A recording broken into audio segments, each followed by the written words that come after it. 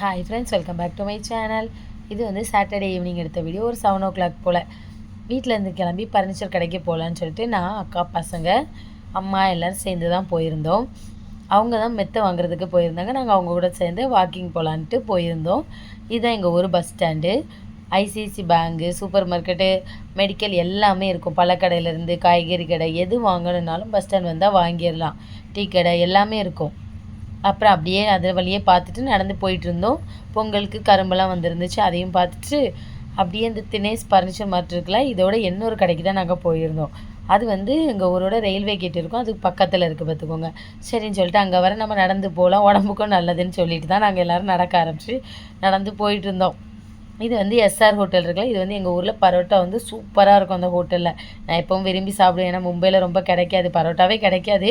அதனால் இங்கே வந்து வாங்கி சாப்பிடுவேன். தாராவியில் தான் கிடைக்கும், நான் இருக்க இடத்துல கிடைக்காது, அதனால் வாங்கி விரும்பி சாப்பிடுவேன் ஊருக்கு வந்தாலே.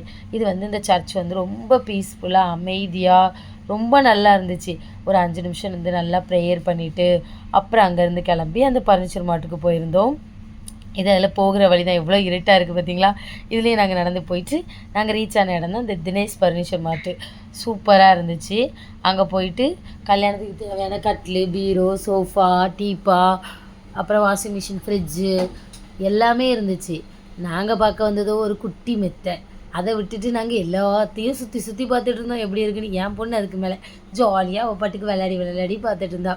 சரின்னு சொல்லிட்டு நாங்கள் அவளையும் வச்சுட்டு எல்லா இடத்தையும் சுற்றி பார்த்துட்டு இருந்தோம். சூப்பராக இருந்து எல்லா பொருளுமே. நல்லா ஜாலியாக எல்லாத்தையும் பார்த்துட்டு அப்படியே மேலே தான் அந்த மெத்தை இருந்துச்சு நாங்கள் வாங்க போனது. சரி சொல்லி மேலே போயிருந்தோம். மேலே போனால் மேலேயும் நிறைய பொருள் இருந்துச்சு. நீங்கள் பாருங்களேன், சோஃபா, சின்ன பிள்ளைங்களுக்கு மூங்கில்ல செஞ்ச தொட்டில், அப்புறம் வந்து அந்த சின்ன மெத்தை, ஒருத்தர் படுக்கிற மாதிரி 2 பேர் படுக்கிற மாதிரி உள்ள மெத்தை சுருட்டுறது, அதை நினச்சி எங்கள் பாப்பா பாருங்களேன் தொட்டிலேருந்து நல்லா ஆடிட்டு இருந்தால் அதையும் பார்த்துட்டு கிளம்பிட்டோம்.